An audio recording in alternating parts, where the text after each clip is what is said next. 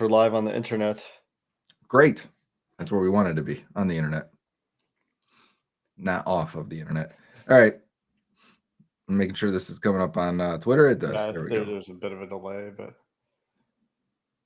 Yeah, just want to make sure it was coming up for everyone. any amount of salary advance, off-season workout bonus, off-season roster bonus, or off-season reporting bonus that is guaranteed for skill, injury, and salary cap terminations on a non-contingent basis for all of the guarantees is considered signing bonus.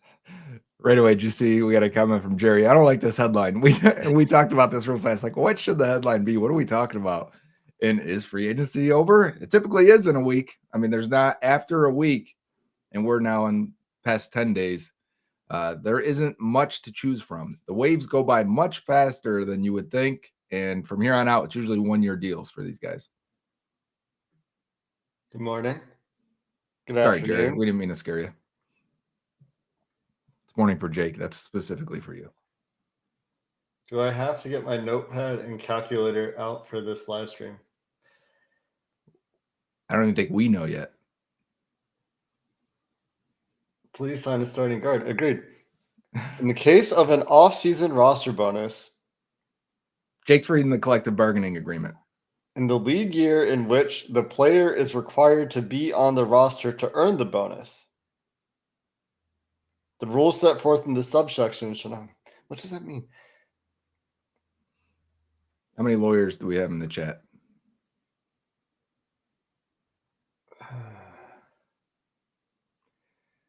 All right. Nobody cares about this. We will have to see. There's a lot of reporting. So the reason I'm reading the CBA today and talking to multiple agents and lawyers is to try to figure out if the reported cap numbers for T. Higgins and Jamar Chase are accurate. Right. We've got Over the Cap with one number for T. Higgins, and I'm talking to the guy from Over the Cap that put that on Over the Cap. And we've got Spotrac putting up a different number. And I guess we can put those on the screen here and talk about them briefly before we bore everybody to death and then start talking about the guards that they will or will not sign. So also, let's put a link out to the YouTube, Joe, real quick. Yeah. You going to tweet that out and I will retweet it for you? If you have it handy. Tyler, we will answer that in both ways, right? You're asking, is T's deal as bad as people are making it out to be? First, there's a couple discrepancies in the reporting. That's what Jake was leading off with. Number two, that depends on perspective, I guess. I can tell by the way people are reacting. Number one, did T take a team-friendly deal? No doubt about it. Could he have gotten more? Could he have done better for himself financially? No doubt about it. Is it a bad deal for fans, for the team, for T? I mean, honestly, he's going to get his money because it's the Bengals. Had he have taken this deal from somebody else, I would be like, man, T, be careful in case you get hurt or anything. But the Bengals are not going to cut him. They're not going to cut him in 2 years. They probably won't cut him in 3 years. There's nothing to worry about here, to be honest with you, other than it actually versus practically being guaranteed. But he did a solid. I think Bengals fans should recognize that and definitely give the loudest T you can the first time he catches the ball. Yeah, the very first thing I said when the contracts were published, and this tweet went crazy viral, it's always the tweets you don't expect, right? Was the T did something special. No doubt. He took less in every conceivable way to stay with his team, stay with his Bengals, to his favorite team, right? Anyway, where I was starting before I wanted to make sure I got that link out was, and have they adjusted this already? Looks like they have. Oh, really? No, they have not. No. Okay. So it's like different here, but this is like Jamar's 5th year. Okay, so this is just all screwed up because this is Jamar's 5th year option money. And this just makes no sense for Jamar. So that's wrong. Maybe this is too small. So I will embiggen. Yeah, so The problem then is that my table doesn't fit. You can click on summary there on the left side. Summary. But I want the cap breakdown. Okay, so what we're not sure about and what is driving these cap hits up is this roster bonus for Jamar, this roster bonus for T. The way the Bengals did these contracts, let's just talk about T. Higgins, is that T. Higgins got a $20 million roster bonus. Is that right? Why is this so much bigger? That's why I wasn't even using these yet, because they didn't make sense to me. But you're better at this than I am. But just my first look when I looked at it was like, these numbers don't make sense. Yeah, these numbers are wrong. But point is that there's uncertainty about whether part of the roster bonus is prorated or not, which makes a big difference in how much of a cap hit we have for these two players. So let's look at Jamar, because Jamar got $30 million in roster bonus this year. 20 million of that roster bonus. Sorry, 22. He got 32 million in restructure bonus to 22. Yeah, this is one of the roster bonuses. Okay, so Jamar got 32 million in roster bonus, which is essentially a signing bonus from a cap perspective, which means that it could be prorated over 5 years. However, $22 million of that roster bonus are being paid essentially immediately, and $10 million of that roster bonus are being paid at the end of March. And the way that Spotrac has interpreted this, and this is true for T and for Jamar, is that $10 million for Jamar that's being paid later in March is not being prorated, which means it would all be coming into the current cap year. If it was prorated, you would see $10 million over 5 years. So $2 million per year. Which is $2 million per year, which would be an $8 million smaller cap hit this year. So this cap hit would go down to 15-ish. So we need to wait and find out about that second roster bonus, whether it's prorated or not. Joel Corey's reporting, and Joel Corey generally very, very good at this stuff, indicates that it is not prorated. And if that's the case, then the Bengals have managed to increase the cap hits for T. Higgins and Jamar Chase this year, which would be shocking. It wouldn't make any sense. It would clash with previous reporting that we've seen from, I think, Tom Pelissero talked about it, or one of the NFL Network guys certainly did. I don't remember which one. And that's not his first name. Jordan Schultz definitely talked about it as well. So it would also go against every wide receiver contract we've seen now for the last 5 years. I mean, every contract period, like increasing year one cap hits in other than Khalil Mack recently, because they had cap hits from previous years from the previous contract on his. This is the only one this past year that went over 100%. So I think. What about Chase Young? His was 6.8 million. His cap hit this year. So they did the bare minimum, and then the added what brought it up to 6.8. So for Chase Young, his cap hit goes down because it allows future void years to remain prorated instead of accelerating. That's what it was there. Yeah. So that's what we're trying to figure out for these cap hits for Jamar and for T. This number for Jamar could be as big as 23.5 million, which would be an increase, which would be insane, or it could be as small as 15 million, which would be logical. We would understand that would make a lot of sense. For T, you could see this cap hit as big as 26.5 million, or as small, which is like essentially the same as it was on the franchise tag, or as small as 20 million. Now, one of the reasons it doesn't make sense to me intuitively this roster bonus, there's supposed to be a roster bonus here. So ignore the year 2 number, because that's just wrong. See, that's what I mean. All the numbers right now, people are they're having their takes right now, and this stuff is not ironed out. It's not figured out entirely yet. And so I was also talking to the guy who put this up for over the cap. You got to double that by like 300%. Double it by 300%, Jake. What? You got to make that much bigger. Oh, the size of the screen. Yeah. So here we see the low end, right, which prorates all of the all of the roster bonus that Mm. T gets. So you get the 5 million even, 20 million divided by 4. So it's $6 million less on the cap, which is a big difference in the year one That cap hit. looks more correct about the way they would normally do it, right? This looks 20, much more normal. 28, 31, 35. Yeah, looks much more normal. And then the question is, does this roster bonus also prorate? Which we think it Sure. does. Well, 50-50. Joel Corey has reported that it does. I was talking to the OTC guy who put this up, said it does. It would bring it down And 6.4 million if that's the case. Because then you would have roughly. 3.3 and then Yeah. 3.33. Yeah, roughly. So these cap numbers could go down for T. Well, this one could go down for T. This one could go up for T. We don't know yet. Right. But if they go up,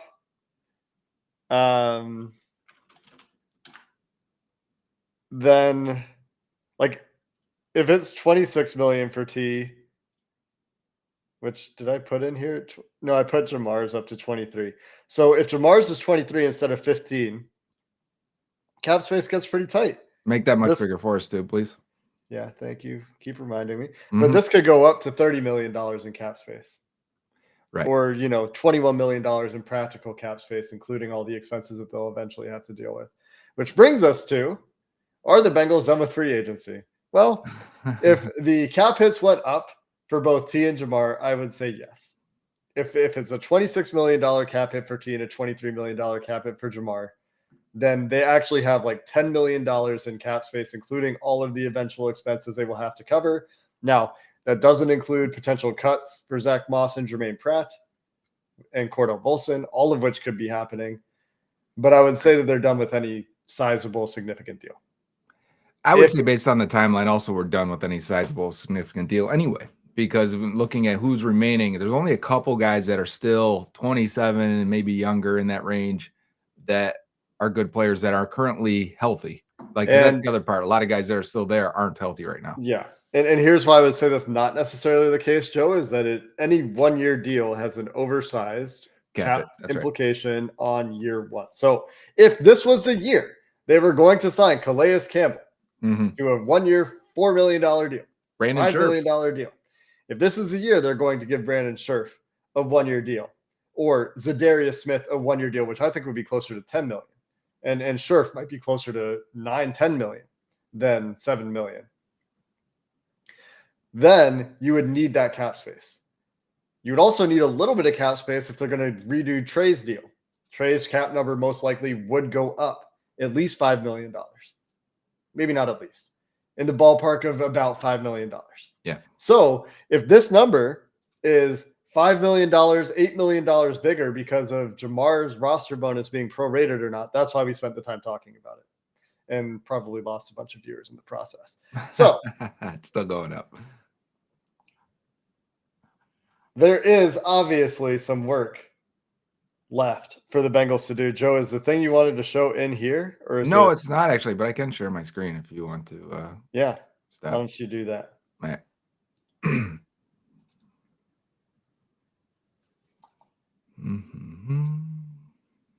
And it's this one. So based on the numbers that I thought was correct here, and then I saw this coming in here, what I did was look at the last, what is this, 10 or so receiver, a little bit more than that, 14 receiver contracts, and their new average annual value, which as you see at the top, 40.250 for Jamar Chase. Looking at the cap hit and trying to see how many teams are really pushing the cap hit down year one. Now, there's a difference in the type of contract. The guy getting an extension like Chase, Jefferson, and Lamb get an extension going into their 5th year. Well, Jefferson and Lamb, their first year cap hits were 8.8 and 8.6, about 25% of the cap divided by average annual value. So they really push the cap hits down and push the cap hits to future years. If this is correct on Jamar Chase, which I don't think it is, if it is actually 15.5, let's say that's what they end up doing, they would still be a little bit higher than what the Vikings and the Cowboys did for their receivers. But reasonable. But reasonably higher, right? For the Bengals, we expect them to be a little bit higher, but reasonable there to be in the 38 to 39% range. Because you look at some of these other guys too. DK Metcalf just got a new contract. If we say T. Higgins is 20.3, similar situation here, even though DK had another year left on it. You're going to 70% for T. Michael Pittman last year, 77%. They didn't have to have an $18 million cap hit with the Colts, and they did out of his $23.3 million. That's a huge percentage they put into year one. But after him, it would be T. Higgins with the second highest if his cap hit is 20.3. So I just thought that was interesting to put together to see what teams are making that year one cap hit based on a percentage of the average annual value. Because I did this with tight end. Mike Gesicki is getting the most. I did this with defensive tackle, BJ Hill and TJ Slayton are amongst the top there for a percentage. And then Joseph Osai getting a $6.5 million hit is pretty high compared to some of the other guys that are comparable players. And so I'm waiting to get the numbers here. But, I think this would make sense, even though it's a little bit higher. Yeah. The T number is going to be high regardless. Yeah, at least 70% here. And if it's what they're saying, what they have it there, 22.8 or something, what would that say? It would be 26. Oh, It'd be 26 and change if it goes up. Yeah. Well, that'd be 90%. That'd be extreme if they were doing that.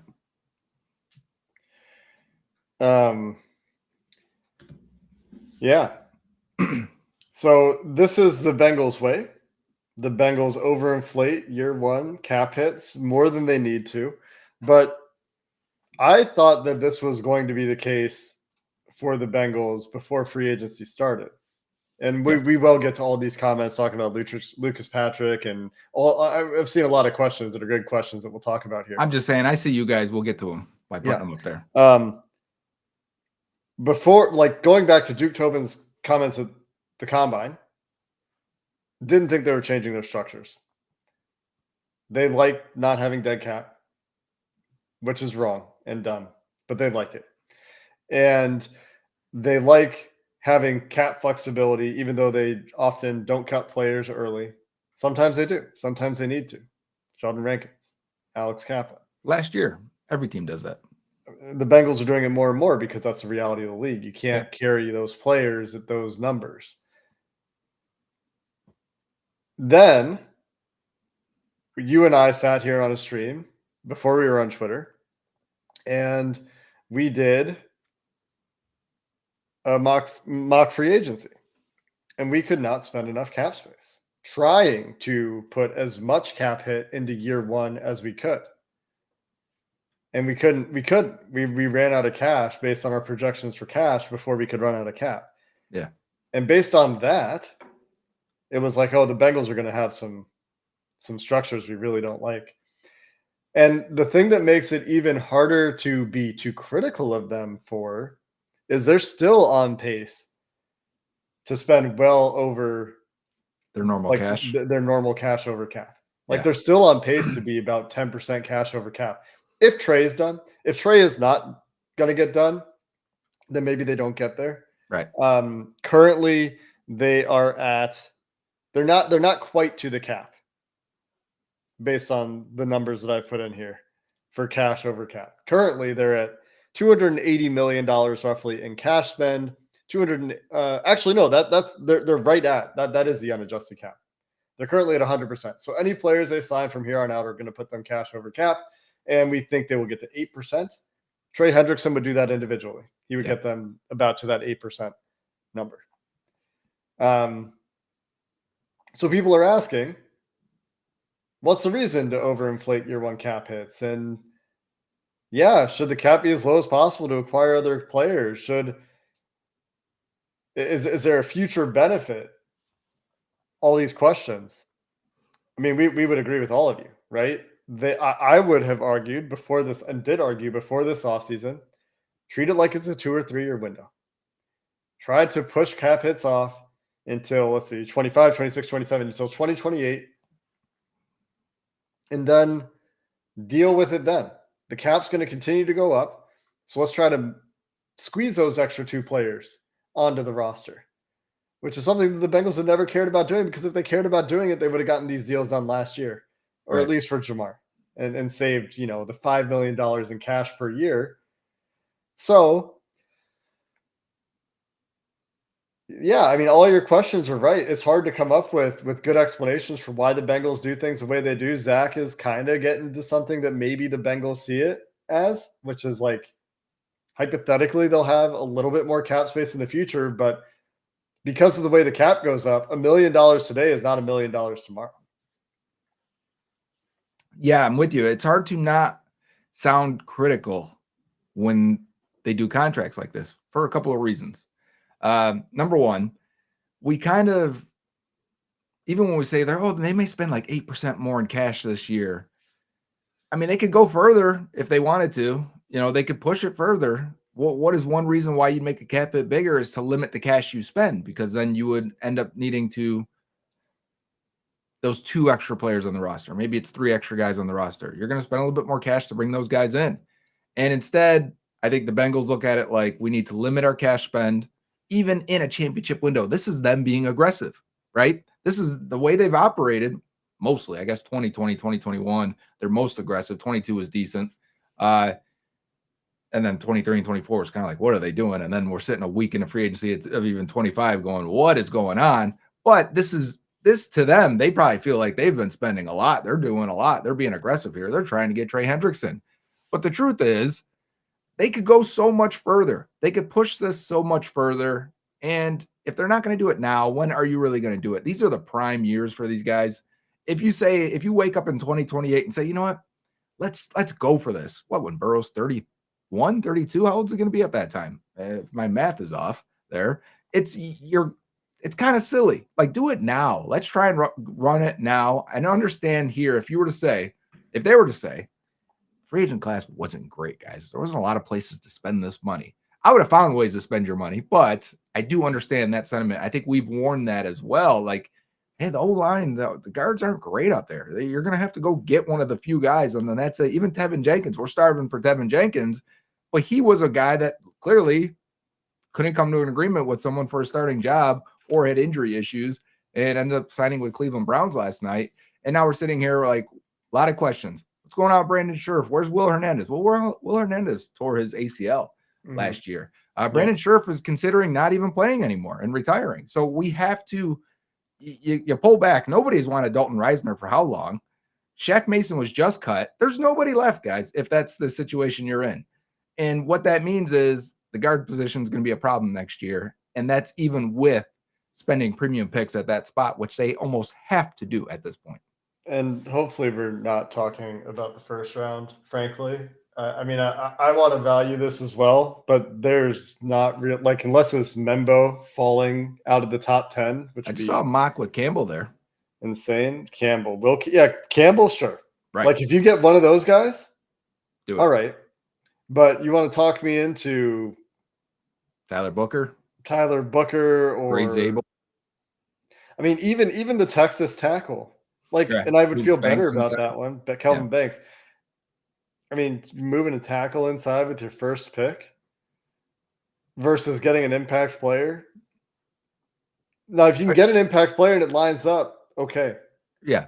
But if you're taking a guy because you feel like you need to, when you could instead get a game-changing safety, corner, defensive lineman. Right.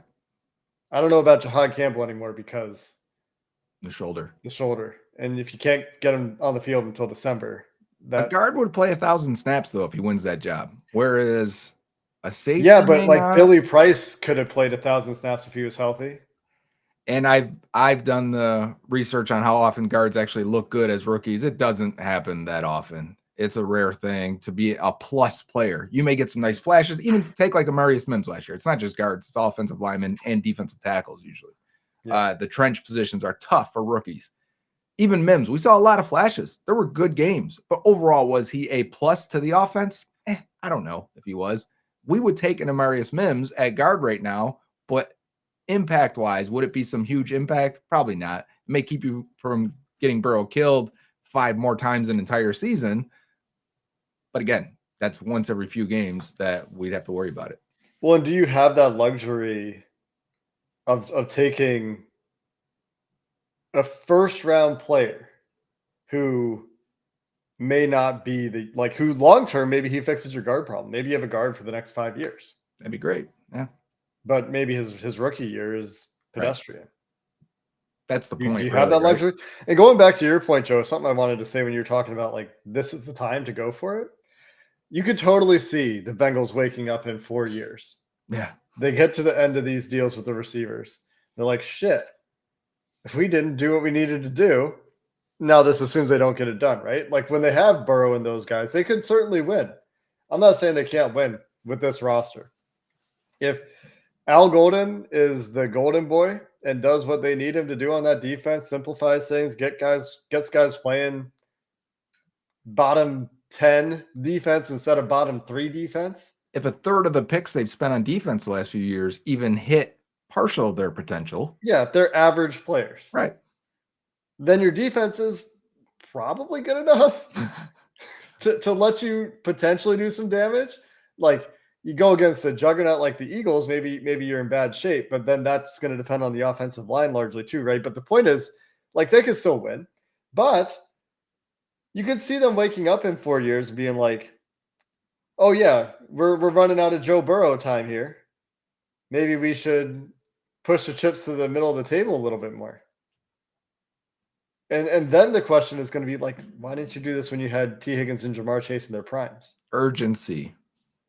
Well, and recognizing the window. Yeah. They always act like there is no window, right? But anytime I've heard them speak, talk to Duke Tobin myself, like They they've want always to acted like there's sustain it. right there. We want to have sustained success. The window is my entire career. Listen, there is still a window. There's a prime window. You may still have opportunities, but there is a prime window that we're out of it now. I hate to say it, but like this, it probably had to happen in 2024. It sucks he got hurt in 2023. But that was your prime window. Now these cap hits are starting to get bigger, and more of that cap is going to 3, maybe 4 players, which I've argued that it's not an issue. Many teams in the league are doing this, so I don't want to oversell that point. But it also puts the emphasis on finding cheap value free agents that fit, that can play above maybe what they did their previous 4 years, and nailing a higher percentage of draft picks, which they haven't been able to do. And finding force multipliers. Yeah. Like that's so important. DJ Reader, for example, Jesse Yes. Bates, hopefully TJ Slayton. And I know that you posted the Justice Mosqueda splits from Green Bay, where when Slayton was on the field, Green Bay's passing defense was bad. When he was on the field, their rushing defense was really good. Great. And let's do that. You know what I mean? Let's stop the run a little bit. Well, but what I was going to add to that is there's a lot of confirmation bias in there.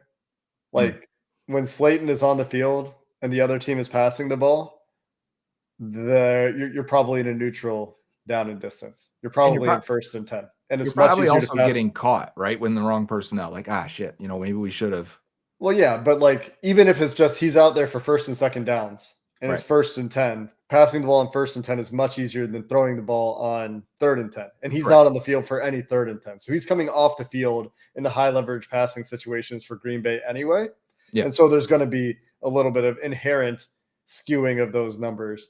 But Max Toscano, to your point though, is right. And I hopefully we stay on it and you don't go too far off. I want to know your point on Max, but like Jahad Campbell could potentially be that, right? If you had that stud linebacker, Nick Minwari could possibly be that at safety, this versatile freak athlete that's built like a linebacker.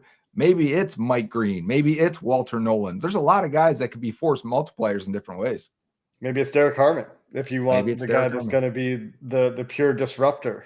To go a lot. So the reason I was talking about Slayton specifically when I was talking about force multipliers is just having a nose tackle versus not having a nose tackle is a force multiplier. I don't really care what the PFF grades say about TJ Slayton. If you have a guy that can 2-gap, the ability to 2-gap, period, is a force multiplier. It allows you to not have to sell out on the run the way the Bengals had to sell out to try to stop the run last year, and that left them so vulnerable in the back end. You have a nose tackle, you can 2-gap a little bit, and this is also why maybe they're going to talk themselves out. And I'm starting to talk myself out of guys like James Pierce and Mike Green, although less Mike Green, more James Pierce, is that I think you need ends that are bigger. I've kind of gone full circle on this, where I think you actually do need the bigger bodies, which has often led me to the Mississippi edge guys who may be able to kick inside for you on passing downs, but could actually hold up the edge for you when teams are trying to run condensed formations and run the ball on you, which is the way the NFL is trending right now. Especially without Mike Hilton now. right? Yeah. You want to get condensed. Mike Hilton was a disaster for offenses when they wanted to go condensed against the Bengals because they didn't know if he was coming or not.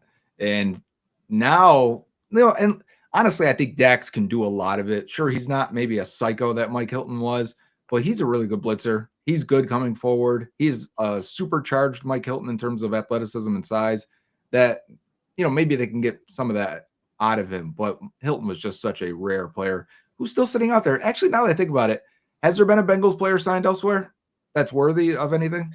There was Akeem Davis Gaither. It was their only Mm, qualifying compensatory free agent. I don't think that any of their other players have even signed anywhere, period. that's what I Let's was thinking. see if I can check this here. Jay I mean, Tufele. Khalil Herbert did sign elsewhere. Yeah, Did Tufele sign? he Oh, did. he did sign. Jets, I believe. So a So lot I'm of into. low end guys there. So a question: am I into Nick Skirton then as a potential draft prospect? There's a couple of guys on the edge that are bigger bodies that I think would be interesting. The thing for me with Scorton, though, is that he looked better at 250 to 255 at Purdue. Like, he looked much better at that weight. So I Well, don't know what his weight should be. and And I'm not maybe he saying needs time to grow. He's super young. I'm not saying in the first round necessarily though. Like a lot of the bigger body guys are not guys that are likely first round. Yeah. Cap assigned with the Raiders, but he was We cut. cut him. So was Sheldon Rankins was cut. Yeah. So some players they caught on, but just real quick, looking at our edge guys here. Yeah. Like lot of small, borderline small. Maybe you can get away with it, but I honestly I end up back on JT. OSU guys a little bit, and then where's the Mississippi guys? Well, Landon Jackson also at 264, and he's one of the best run defenders in this class as well. Landon Jackson for sure. Yeah, 6'6", Second round, 264. if you can get him in the second round. He just can't pass rush. If you go to his pass rush win rate stuff, you're scary, man. I need a guy that can rush the passer still. Well, and that's why I'm saying I'm talking about guys later in the draft. Yeah. But where are Elijah Roberts? Yep, he's got good size. SMU, but where's the Mississippi? A little higher. A little higher. No, and right there, number 8, Princely. Oh, yeah. Miss. You're talking Ole Miss, right? Am I? Yeah. Okay, you got one right there. The other one is a little lower. He's a lower ranked guy. He's older. Yeah. Ole Miss, Jared Ivey. Jared Ivey. Well, am I just thinking of? Maybe I'm just thinking of Elijah Roberts as a guy that could kick inside. And this would be like 3rd, 4th round. And I think Roberts might be even a little bit later than that. Basically, what's the consensus? Go to the left a little bit. Yeah, 136. That's 4th, 5th. 4th, 5th. There's somebody else. But they're all small. And that's what makes me wonder, like, are they going to go, would they be the team to take Shamar Stewart and just say, you know what, we need a bigger guy? They definitely could. And I know it scares you, which is funny. The Green Bay fan base they love athletes. They want him because they've seen Rashawn Gary succeed. And they only draft athletes. So their board is 120 players deep, right? They can't, if they're not an athlete, Green Bay is not drafting them.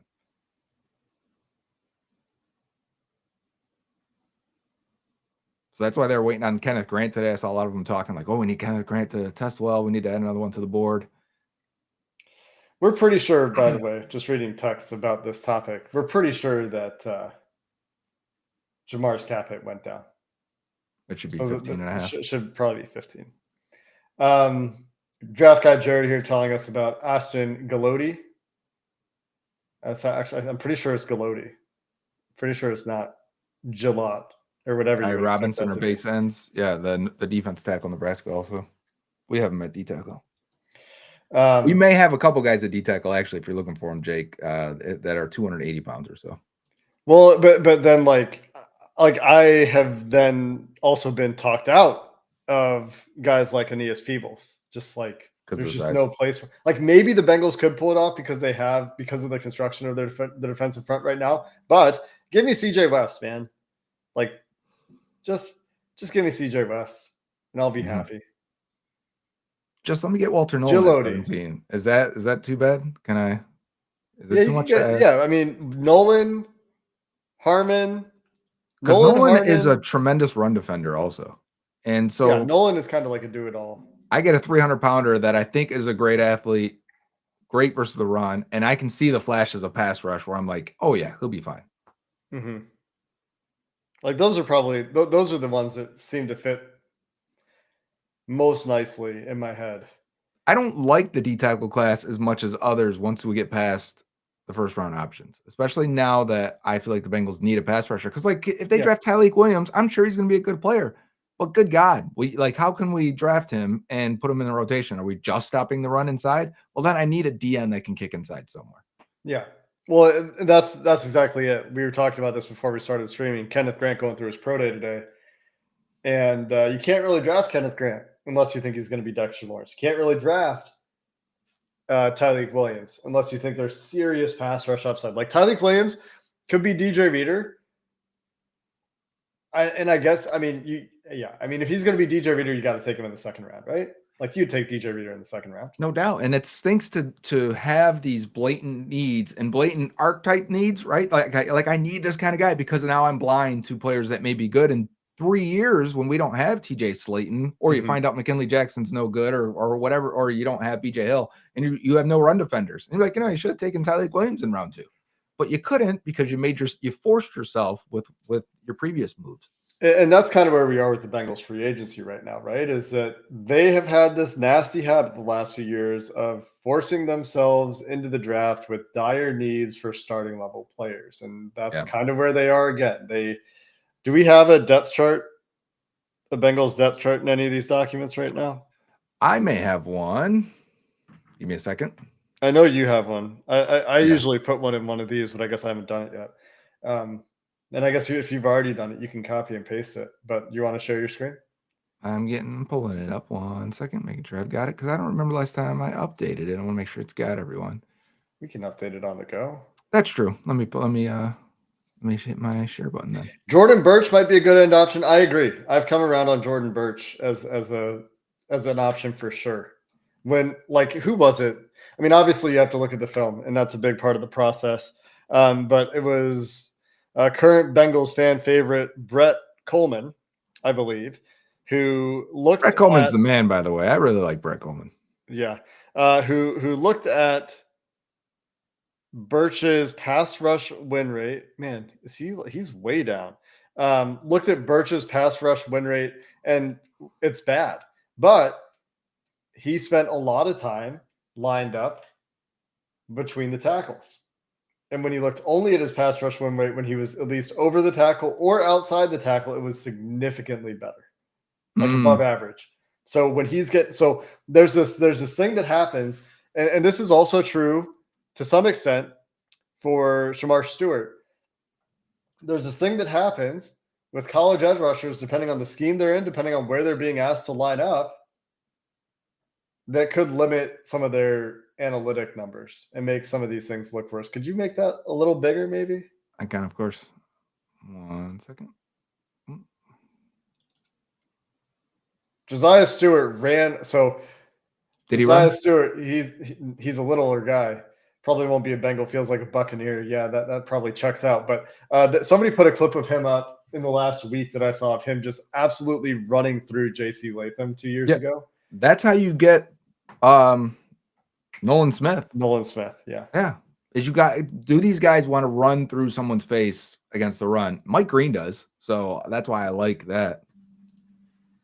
Yeah, that's why I mentioned Shamar Stewart, Ellie De La Brad. Call you by your street name here. So we get to the draft, and we're looking at this defensive depth chart. You got Dax Hill coming off an ACL. You got questions at your outside corner, so you can't rule cornerback out, but it's not a dire need. You can't rule it out, not dire. But if like Will Johnson, that's the Michigan guy's name, right? Yep. The consensus one corner outside of Jahdae Barron.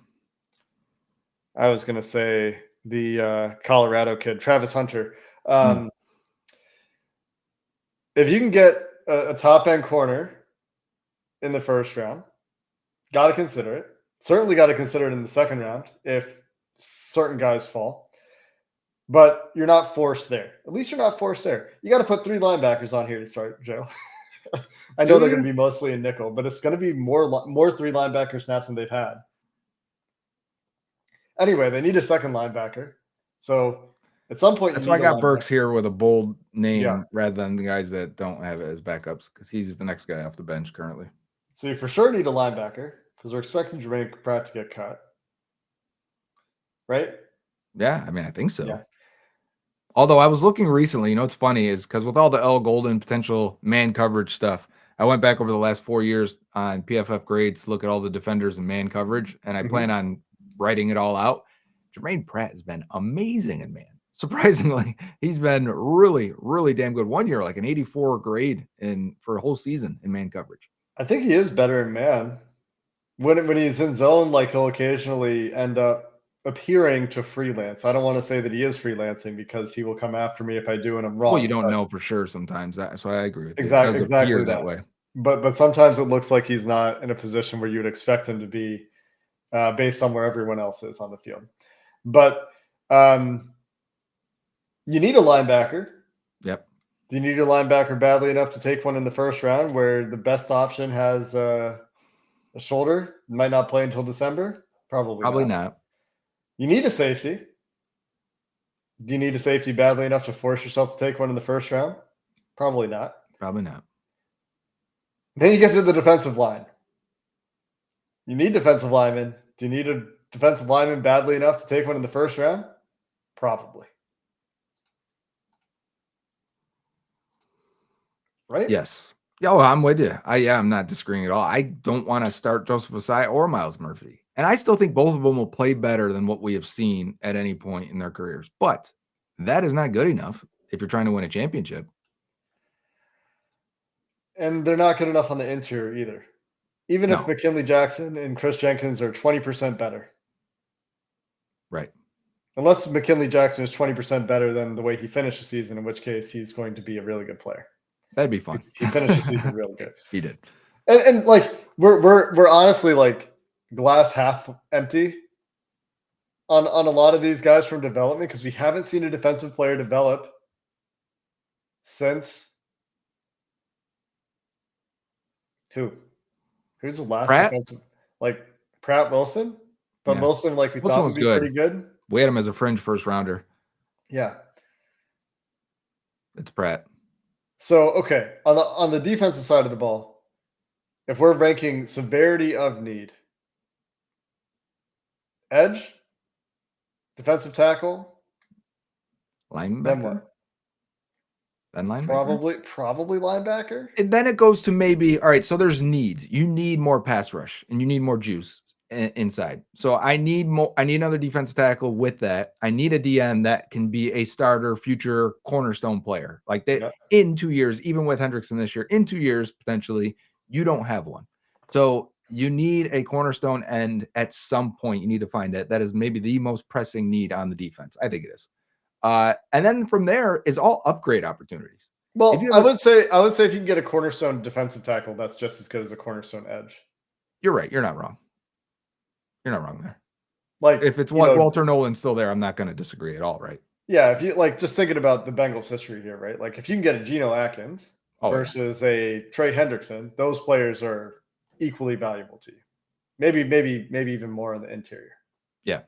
So then the rest are upgrade opportunities. If there's Carson Schwarzenegger in round 2 and they take him, I completely understand that linebacker. Like, there you go. You plug him in next to Logan Wilson. You've got athleticism. You got someone young again. He can cover all these things. If there's a Trey Amos at corner in round 2 and they say, all right, we're taking Trey Amos because we think he's better than whoever, Cam Taylor probably come in and be their best corner. Right. If you're sitting there and you say, Xavier Watts, round 2, we think we'll plug him in right away. Man, we'll play all 3 safeties, but he's going to play. Like, I get it. So they have needs, and then they have a lot of upgrade opportunities on defense. Well, but that's why I'm trying to prioritize it based on need, like rank the severity of the need, not prioritize it because I don't think you can go into the draft that way, but just like trying to rank the severity of the need because some of the needs are so severe that it will force their hand. If it's out of a 10, to me, end is a 9, D tackle is an 8, which is high. 10 would be, I can't even line up right now, but they can at least line up right now. Let's put this in here somewhere. Let's just you have that. You have that on the free agent sheet? Yeah, but that's for impact players. Oh yeah, no. Mm. Okay. So yeah, let's update this. Let me share my screen here. All right, I'll take this off. Can you copy and paste I will put it in there. that into the free agent thing? Just put it like on the position priorities page for Okay, now. We can move got it it. later. So a while ago, Joe and I tried to come up with this priority. Let's go 175 here. This priority list, and let's see, has anything changed here? I would say yes. Well, maybe not. So guard. You can't line up today. No, you cannot line up with. I mean, you could, but it's going to be bad. They've lined up with similar level guard play before. Would you not say that? Yeah, but we can't have that. So we cannot have that again. we're gonna redo this system a little. Well, let's just do a new column because I don't want to overwrite what we did here. So let's do a new column. Need severity. Guard 10. Badly need starting guards. Can't line up today. Defensive tackle.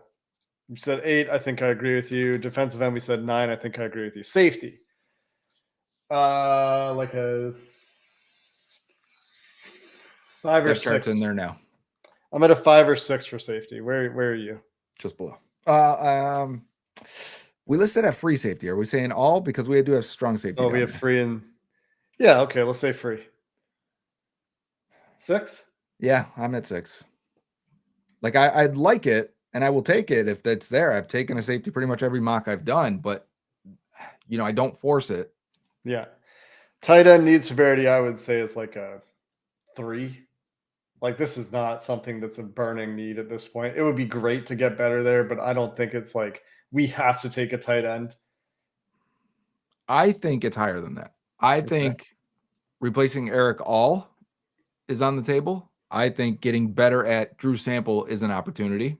For sure. I would say it's more in the 4, and that's why I was wondering, is it 5? Like I've got my eye on tight end every time I do these mocks because I want to replace what All did and what he offered to this offense. I could be talked into that.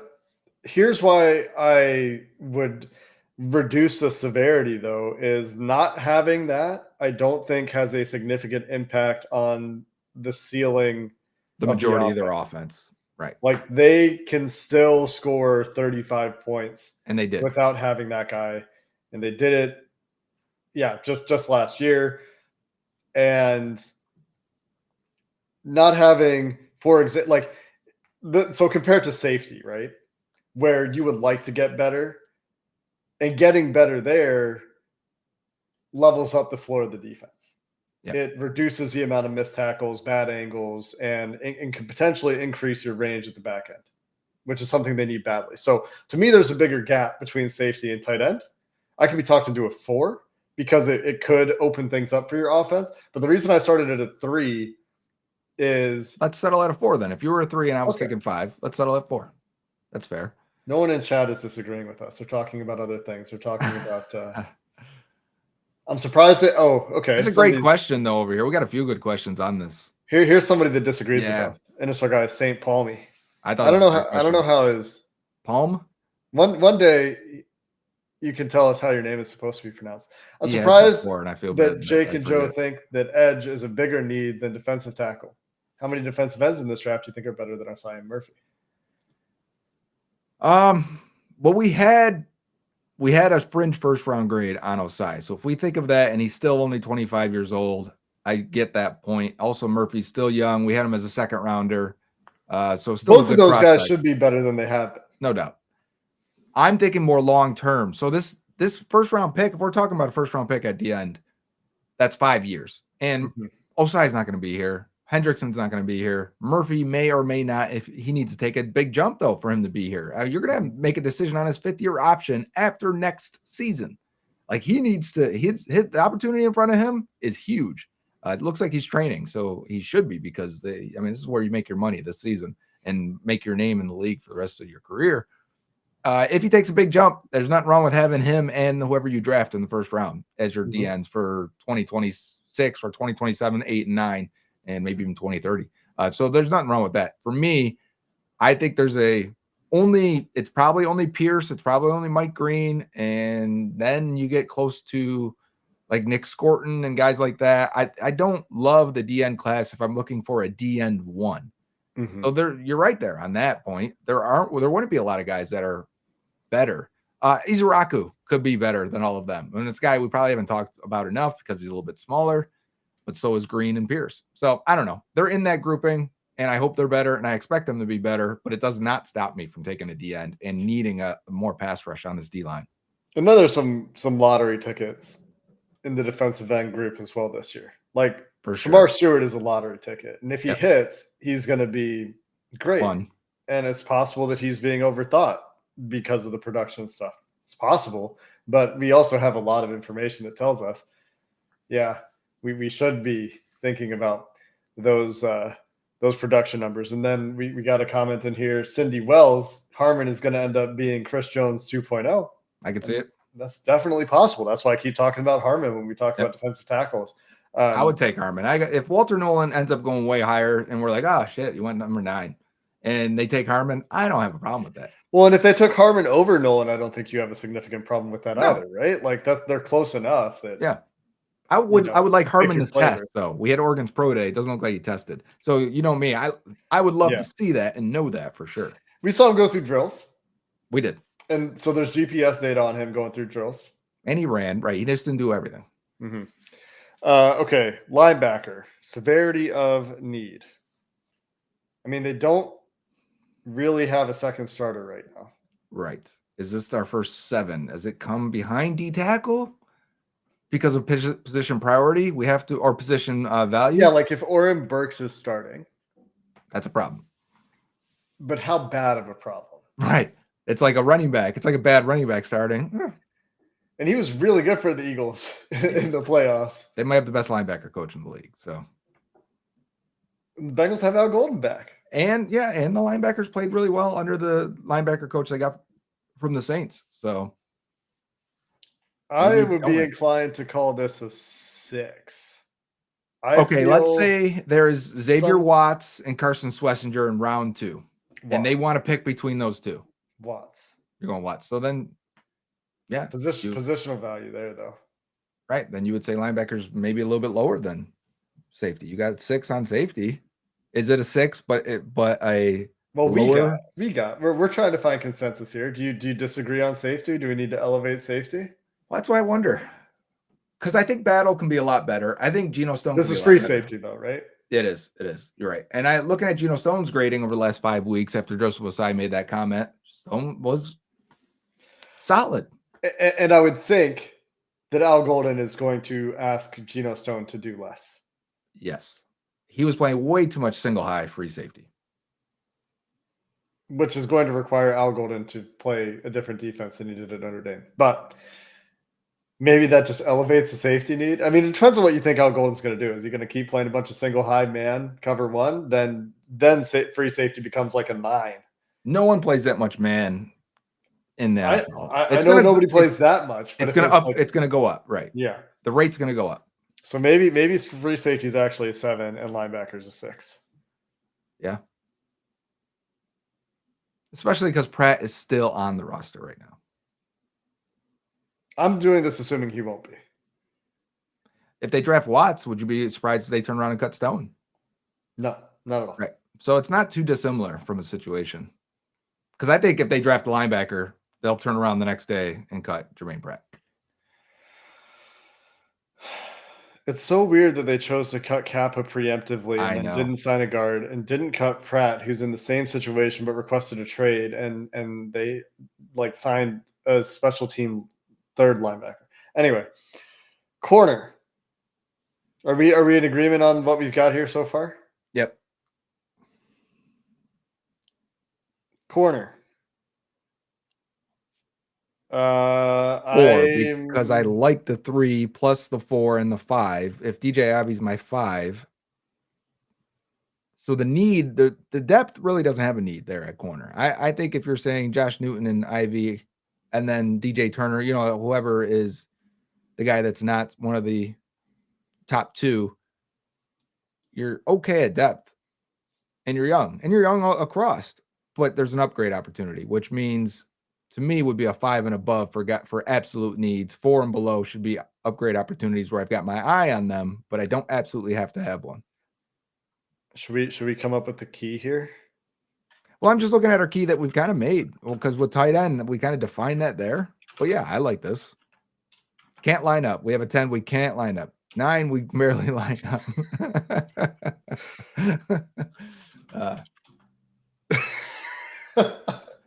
All right. What would an 8 be? Like below average? I guess it depends on what we're looking at too, how we're defining this, because you could write paragraphs on each one of these. Yeah, for sure. We're trying to distill it into a couple of words. I mean, 8 is a pressing need, Yeah. whether that's future or immediate.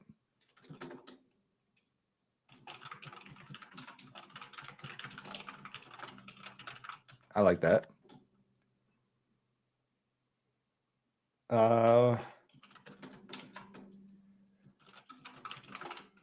Yes. 6 is more like potential need. Like if one's there, I want it and I will take it, and we could cut a guy like at linebacker, at safety. Let's call this a less pressing, still need. Still okay. Now, yeah, okay. You're gonna eliminate some of that. Would be nice.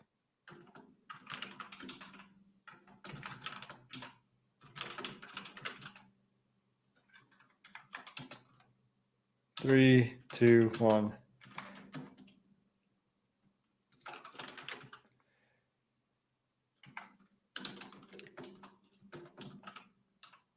Two would be like a depth need in my head. 3 is future need, maybe like yeah, you know what? I only really need one in a couple of years or in a year. All right, there we have a bit of a framework. Okay, this is a mess from a formatting perspective, but that's fine. There you go. Okay. All right. Corner. I would say it's nice. 5 then. Yeah, I could see that 5 being an upgrade opportunity, but 4, it would be nice to have one. It would be 4. You're right. Because if it's Will Johnson, I'm not going to complain. I'm going to say, well, they got a guy with potential cornerback 1 upside. Let's see how this goes. Yeah, awesome. Cool. Based on our rubric here. All right. We have somebody arguing with us on linebacker. Let's think about the argument here. Okay. What we got? Ant7717 on YouTube. We are on YouTube as well. Vast majority of our audience is currently on Twitter. Linebacker is a much more pressing need. The Bengals lost Akeem Davis-Gaither. Jermaine Pratt is all but gone, and the talent level is not great, nor is the depth. One of the biggest reasons this defense got gashed. I'm not sure I agree with the final point. It was certainly not great at the linebacker level, but I think not having a nose tackle is one of the biggest reasons the Bengals defense got gashed. And it makes linebackers play worse and look worse, no doubt about it, without having that nose. I do agree that the talent level isn't great, and neither is the depth. That is fair. I think Logan Wilson's good. They're talking him up largely because he's still got like 3 more years on his contract, right, Jake? Remember we looked at this last time? We were like, whoa, he had a little bit more time than Pratt. So I think pairing Logan Wilson with the right linebacker would make this unit look much better. Oren Burks is a fine 3rd linebacker. Do they need depth? I think the way the flashes, very minimal flashes of Shaka Hayward and John Mehta, sure, are at least enticing for your final guys. I wonder if they bring back Joe Bocci at all, or if the timers just run out on him and his span of being a serviceable special teamer.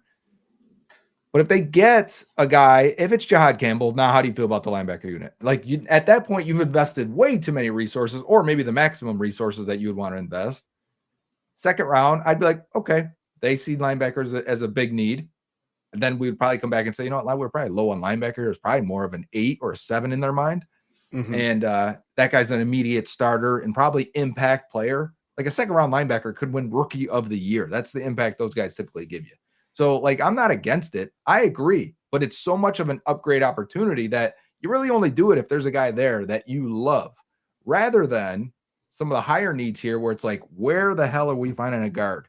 Where are we getting pass rush? We need a D tackle. We need a DN. That's, to me, there is a definite clear line between the way I feel about those above positions than I do linebacker. Yeah. And we don't even have every position on here, worth noting. Tackle, right. center. Center probably does need to be on here. Unless maybe Matt not. Lee, the future. Don't do this, Jake. The No, Discord Matt is Lee's coming playing for you. guard now. Yeah, That's he where the is. guard is coming Starting from. guard. He's eating all the donuts. Put 20 pounds on Matt Lee right now. Did you see that TikTok his girlfriend posted? No. Matt Lee is eating donuts because the hash or the caption was something like, "When your NFL boyfriend needs to gain weight." Good. Something like that. I switched the 3 and the 2. I think great argument from Derek Doodah Nichols. Okay. In the YouTube chat, which is a hilarious name to convince me of something, but said that depth need should be a 3, future need should be a 2. And I thought that made sense. That intuited for me. Yeah, that's fine. Running back. back. Any 3s or 2s, so. Running back is a 3 then. Depth need. Yes. But I want it to be a 2 because I don't think it's that pressing. Well, I think it depends on where you're at. If you draft a guy in round 3, then I'm like, whoa, this is your future potential starting running back. If you're getting one in the 5th, 6th, 7th round, then this is just a depth play and a depth need. And that's where I would like them to invest in running Agreed. back unless they acquire 3 extra picks between rounds 2 and 4. Which is funny because then 2 is lower than 3, even though I'm making the case that if you draft one with a more premium pick, yeah, that's why I was then reconsidering this immediately here. Yeah. Running back is a 4 right now. Would be nice and would have an impact. It would have an impact too. If you're talking about where could the Bengals get immediate rookie impact, and I've done this study, I'd have to go back and look at it, but it's running back, it's linebacker, corners play well at a young age, receivers do. But you have to compare it to what their baseline is, and I think Chase Brown is really good. Agreed.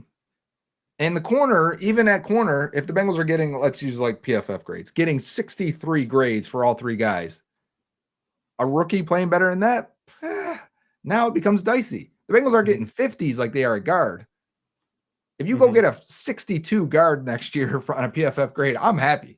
Like we're good. You made it an upgrade there, and that's not even that great. You know what I mean? Sorry, wide receiver. T was kept, get dunked on. Yeah, I'm with you. But it's still is it a 1? No, it is a 3. If 3 is a 4 to spend a pick at receiver. They talk to a lot of receivers. I think they really need picks. They need more picks. First round, man. That mock I did today for subscribers, I get there and I'm like, there is 10 players I like at 17. I traded back to 25. There were 5 players I still liked at 25. Yeah. The problem with trading back is that nobody's going to want to come out this year. I know, because they're all going to be like, why? We like 8 guys here too. Yeah. Unless it's like some team loves Jahdae Barron. Right. And he's available. Yeah. Kinsey says wide receiver is a 5. No one else. I think that's aggressive because I have Gesicki with the receivers. For sure. Which would okay. So if Gesicki is a receiver. Well, that's why I was arguing for a 5 at tight end. Drew Sample played 650 snaps last year at tight end. I'm up to a 6 then on tight end. That is so many snaps. I don't need to play with 10 guys on offense for 650 snaps because Drew Sample is just a body. Drew Sample is a good pass blocker. I got no problem with Drew Sample, but we have to be aware of what he is. No one listen to what I said. Drew Sample is a good pass blocker. And you don't want and you don't want him doing that if you can. There's our guard. Guys, we've been overlooking this the whole time. Drew Sample, guard. Give him the donuts. Ellie De LeBrad argues that tight end should then be a 7. The reason I'm not willing to go to 7, it is a significant upgrade opportunity. But when you get to 7, that implies that the need is more severe. Right. And I don't think that the need is more severe. If they want to draft a tight end, I think they will if they can. Yeah. But that's how I felt about them the last 3 years. And that right. They and finally did it with Eric Hall. Double dipped and Tanner McLaughlin. Hey, Tanner McLaughlin doesn't exist anymore. I know it's a real shame. Poor guy. Wide receiver. I think this is only a depth need thing. I do Like, too, 'cause but I I also think think that's why depth and future should be swapped here. yeah, okay, we're going back. We're going back. Sorry. He made a good The argument, but I think there are more points to have it this way. so I think this is a 2. Put that RAS in the chat then for Kendra, because we are sickos in here, Austin. Hold on, I can pull it up. Well, I mean, if he's got it, he just said, "Hey, the testing just dropped." So, all right, put it up then. Well, yeah, but I like to see all the colors. Okay, show me the colors. Did math font? Yeah, here we go. Replace screen sharing window. Look at those! Look at those jumps. Shuttle's good. Cone is dreadful. Did he fall? Did he fall on his 3 cone? Good lord! That bench too, solid. How do you run a 3 cone that bad? But the rest of he must have fallen. The Tripped. numbers are off for Condra. Why are they off? Someone said off. Those numbers are off. Yeah. Yeah, because I mean, they gotta be talking about the 3 cone. It can't be. That seems out of place. Oh, this is somebody doing their own input. Yeah. All right. Okay. Well, we're getting the argument now that then shouldn't running back be a 2 instead of a 3 instead of a future need, more of a depth need? Yeah. Good point. Thank you. Well, okay. Running back is always a future need. Always, every year. Doesn't change. It's always a depth need also. Yeah, because like you're never. Don't sign him. What looks like the tape to you? Does he fall when he does a 3 cone, but not when he does a short shuttle movement pattern? Like, how are those? Looks so like different? the tape to me. Kendra super stiff. Does he fall when he tries to touch? Wait, which one's the 3 cone? The shuttle's the one where they have to touch the line, right? Did they not touch the line in both? The 3 cone, they're running the hoop at the end, right? Like it's back. Oh fuck! Why do I forget these drills all the time? We're gonna learn it together, guys. Although we've learned this multiple times. Right? Oh yeah, they do. Yeah, this is. Oh yeah. So the short shuttle is like. Yeah, he must have fallen, or maybe he just can't turn left. Zoolander. Did they not do it both ways? I don't know. Oh my god. I'm getting ads on YouTube again. Restaurant quality pizza. Is this a Canadian pizza? I'm sure it is. Let's see. I don't even know what the brand is. Oh yeah, President's Choice. I can't even read that. President's Choice is Canadian. Okay. Yeah. Short shuttle. Show me the drill. No, they're just going to tell you that players have run these. Okay, we're done. Pauline said his hamstring was so bothering him. So maybe you can finish it. Strong safety.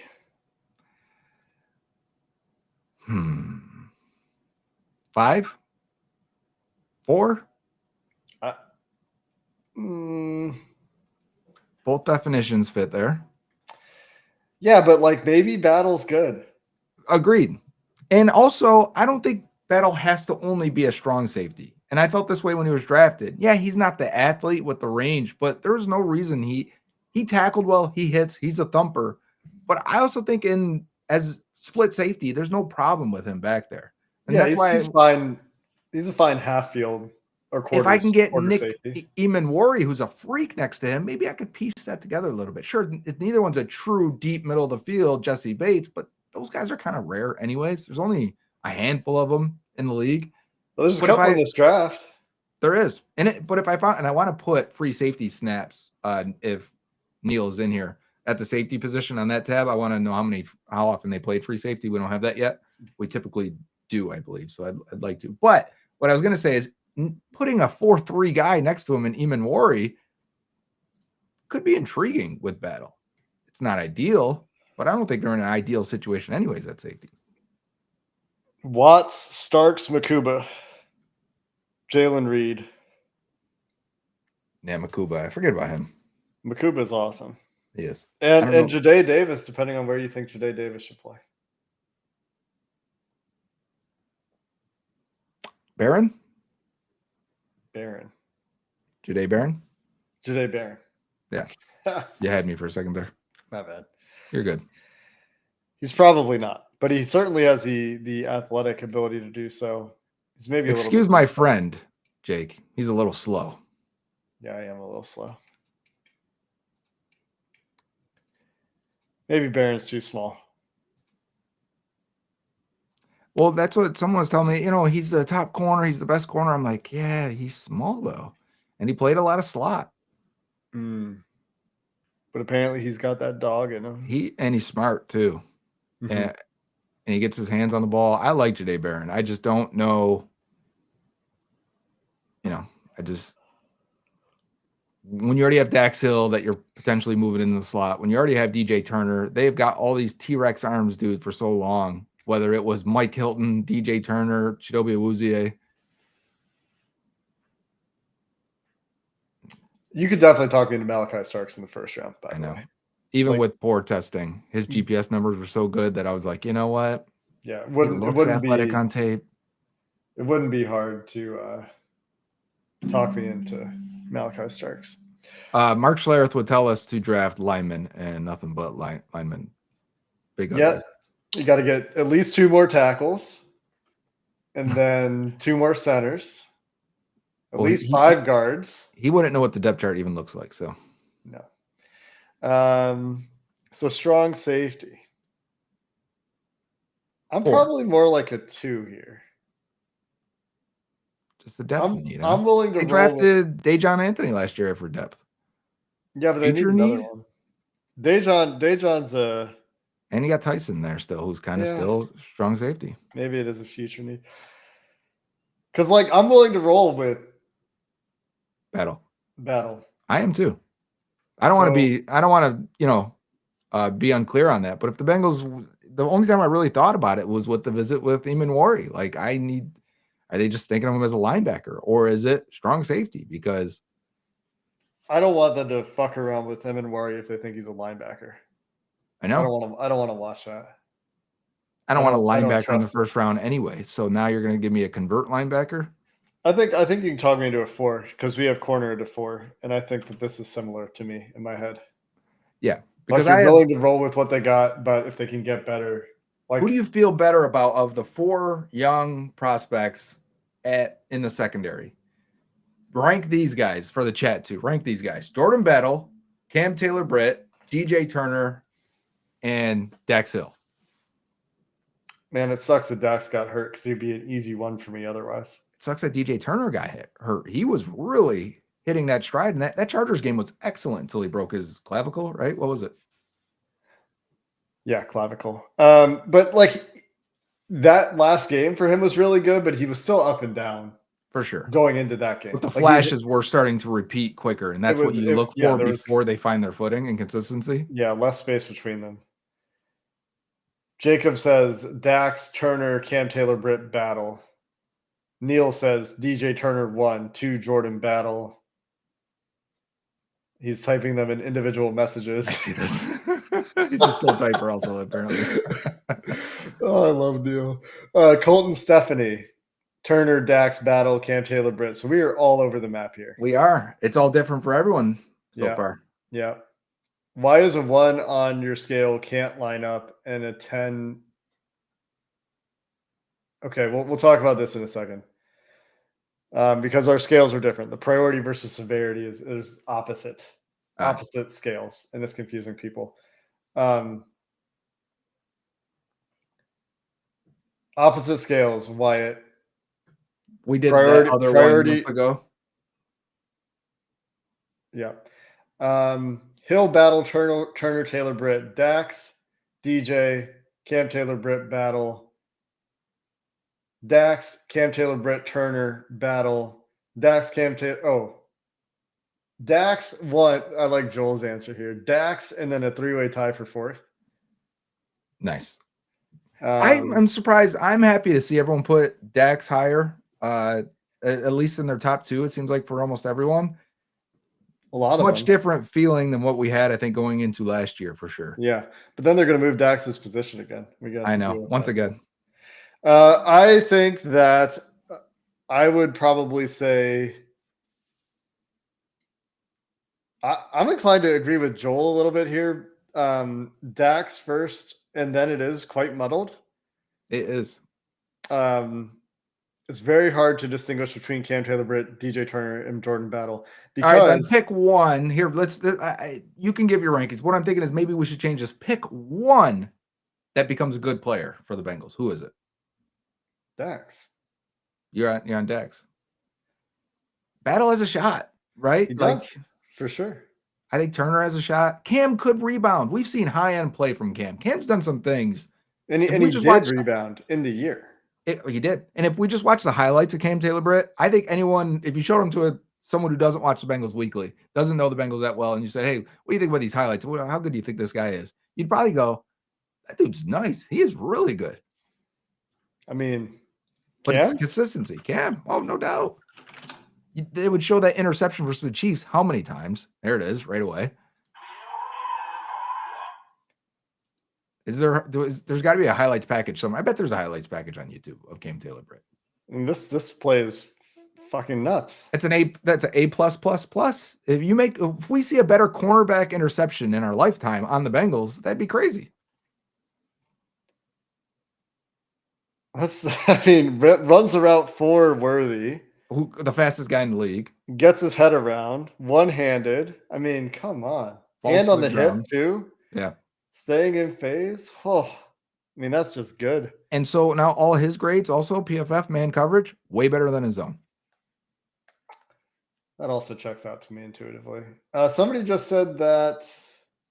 And Cam can tackle when he wants to. Biggest issue why Cam hasn't, like, my frustration before the season, last season in coverage was, I need him to tackle more often. This dude's a thumper. He can hit. I need him to do it more. The mental mistakes are the issue with Cam Taylor-Britt. No doubt. Like just not playing the same coverage that the rest of the defense is playing, not matching a crosser or matching a crosser that he's not supposed to match. And it's the mental lapses, having your hands in bad placement, being off balance because your footwork's wrong. I mean, there's so many times where I'm just like, dude, these are just, this is just mental. I think that's why, like they all have warts, but Dax, I think I just feel the best about, assuming he has a normal ACL recovery and is fine. I think it's probably Dax, Battle, Turner, Cam Taylor-Britt, but like the difference between those last two guys is. I also like Dax more if they're saying, yeah, we're putting him in the slot. I'd be like, okay, great. Finally, can we start this fucking process now? Because we said this on draft night. Like, what are we going to mess around with Dax for 3 years before we get him in the slot? Well, here we are. Well, and we always agreed that I thought he could play outside corner immediately, and then he did, and he was good at it. You were right on that. I didn't think he could. But I think he'll be better in the slot. Had the movement ability to do it.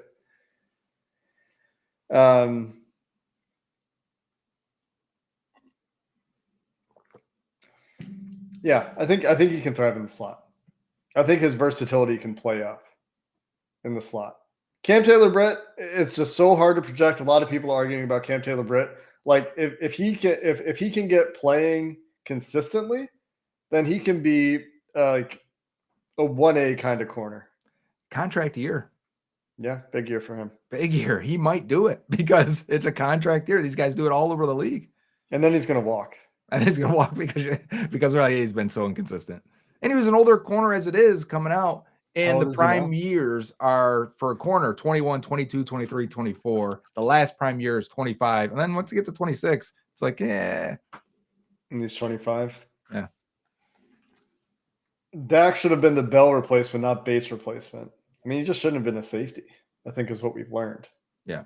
But you're correct. They definitely amplified him and put him in a negative way. I mean, amplified maybe his weaknesses by throwing him right at free safety, because Nick Scott was a terrible signing, right? They thought Nick Scott can be our guy, can help move him. He did a similar transition from college to the NFL, make it, playing more safety, and it just completely blew up in their face. I'm not going to be mad if Cam Taylor-Britt doesn't walk. I'll be thrilled if Cam Taylor-Britt doesn't walk.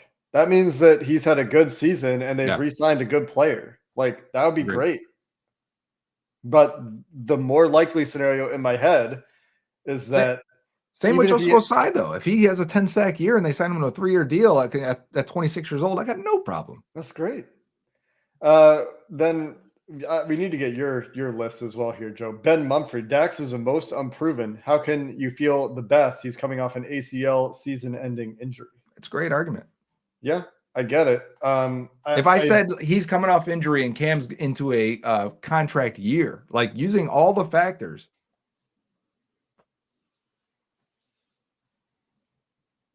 I don't mind you picking Dex. I have no argument. I actually don't know what I would pick. I think it's a very tough question. yeah, where do you go? I It's think it's hard. tough. They're all so close. They all have issues, just like all the guards that are available on free agency right now have issues, whether they're coming off an ACL or nobody likes them or they're thinking about retiring if that's what's happening with Brandon Sheriff. I would like to think about this for a second though, too, because like 2 years ago we said in 2025 we'd have to re-sign Cam Taylor-Britt. Think about that, right? And that's when you can't pay this guy and that guy, and we do always do that. I thought If about asking this question too. Yeah. if Cam shows up to camp and has his best camp, and a lot of times you can tell this, right? Like T last year having his best camp. If Cam shows up and is locked in and has his best camp, I don't have a problem with approaching him and trying to extend him and adding 2 or 3 years to it. Yeah. Fuck it. Right?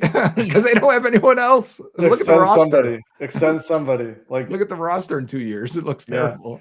Honest fan really doesn't like Dax. Everyone in love with Dax like he's ever done anything. He doesn't even have a position 4 years into his career. Now he has an ACL tear. That is certainly the That's an angle to take. argument on Dax Hill. I don't think Dax was nearly as bad. People were upset with the pick. People were upset after he was terrible on special teams. Like, okay, his rookie year. People were upset in his rookie year. He got jerked around and played like 3 different positions. And then at safety, I didn't think he was nearly as bad as the PFF grade said. I didn't think he was nearly as bad as the fan reaction at safety. When he wasn't at free, I thought he looked much better. I thought if they had Jesse Bates next to Dax Hill, Dax would still be playing the other safety spot for them and would have never moved, and he would have been perfectly fine because those two would have worked perfect together. And I said that on draft night. This should be a Bell replacement, not a Bates replacement, but everyone could see the writing on the wall there. They screwed that up. They screwed up his development. They may have kept his development, and then they moved in the corner last year. And actually, very quickly at the end there, he was looking like their best corner. And in fact, the game he got hurt in, Mike Hilton's down in that game, remember? And they said Dax is going to play the slot. And within 8 plays or whatever it was, I'm like, he looks souped up in the slot. Go watch that first drive and a half before he got hurt against the Ravens. They're blitzing Dax. He's getting to Lamar. Lamar's like kind of freaking out a little bit of how fast that nickel corner is getting. That's not Mike Hilton. That's guy running a 4.3. What the hell is this? Big difference there. And like you could feel the impact right away. I'm like, he is about to show everyone what he's going to do. And that's where he was comfortable in college too. He's playing faster because it's where he's more comfortable to play. I also like this comment from Aaron Jakes. The more this discussion goes on, the more and more I'm realizing the psychological rabbit hole that Lou Anarumo left us in because nobody has developed over the last because we don't know. And we don't know what they are. No one has developed. We need more out of. We need to answer Joseph Osai. We need to answer Miles Murphy. I still want to know what Cam Sample is. I want to know how good Cedric Johnson could actually be if he can be a depth player or better. I want to know what Chris Jenkins and McKinley Jackson are. I need to know what Cam Taylor-Britt, DJ Turner, Josh Newton is, what Dax Hill is, what is Jordan Battle.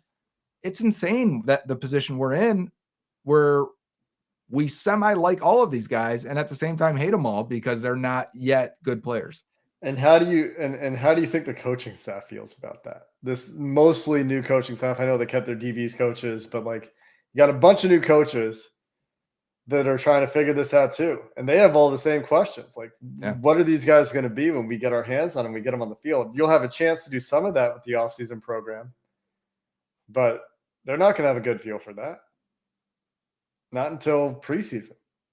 I'm going to go. So I never gave my answer, but I really think the flashes for DJ Turner were starting to happen so rapidly that I was really excited to watch him finish that year at corner. His ball skills and speed and agility were always evident. The rookie year, he was buzzing around guys in their hip pocket, just couldn't find the ball. His timing was off. And then he was getting confused when he hit that rookie wall, whatever happened there. Yeah. And then year two, He's didn't have finding the those ball. confusion. Yeah. Didn't have those confusion plays, was finding the ball, was ripping it out at the catch point as well. And after the catch, as guys are tucking it in, and he's still buzzing around very fast and looked more physical. The size didn't look to be an issue as much. And then the clavicle happened. And I just think if we come away from 2025 and we're like, you know what, DJ Turner, solid B level player. And I'm not sure if Battle still is. I'm not sure if Cam is. And I'm not sure if Dax is for various reasons because they've all had reasons. I wouldn't be shocked. I think that's fair.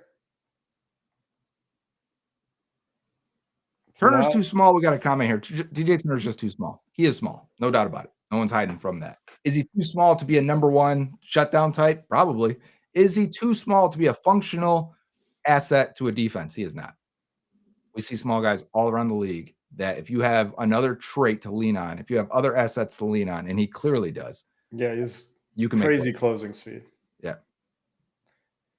And if he's like playing faster, timing things up better, that leads to the kinds of plays we saw from him. Also, yeah, Marco Wilson. I am not in on Marco Wilson. Some people like it. I don't think he even played good last year. I mean, that'd be great, but I'm not. Yeah. What was I going to say? There was one other point I was going to make. I messed you up with the Marco Wilson hype. Yeah. DJ Turner.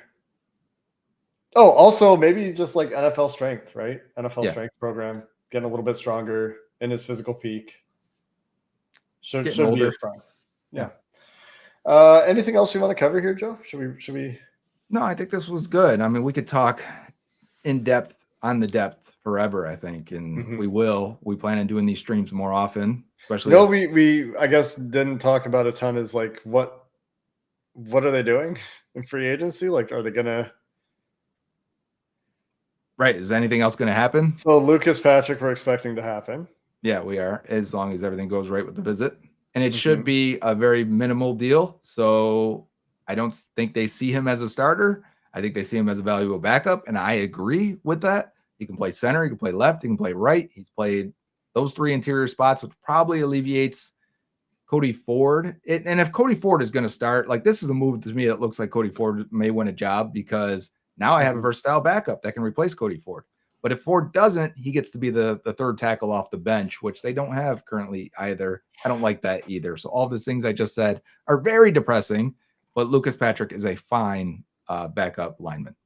The offensive line is shaping up much in the way the defense is shaped up, where there's just so much on the coach's plate here, where Scott Peters is going to be asked to make a bunch of guys into adequate pass blockers. Al Golden's going to be asked to elevate the floor of a defense that had a bunch of guys that were confused last year for much of the year. And that on the offensive line is a much more dangerous place to be, where they have had issues at guard. It has ended their season.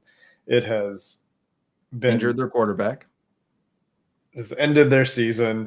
And you're in a place where there wasn't ever great options in free agency. Clearly the league thinks Tevin Jenkins is not a starter. Aaron Banks got the biggest contract, and he sucks. Yeah. Well, didn't Will Freeze? Or did Banks built? I guess it depends on. Beat him? I think Banks beat him, but Freeze got more guaranteed because the Packers got Banks, and I don't think the Packers go that range. The Packers are the only team in the league that doesn't guarantee year two anymore. Yeah. Now that the Bengals do. And Freeze has barely played. So, like, we're looking at these deals. There was just a question. But, like, people, it wasn't just PFF grades. Like, Brandon Thorne bought in on Freeze too.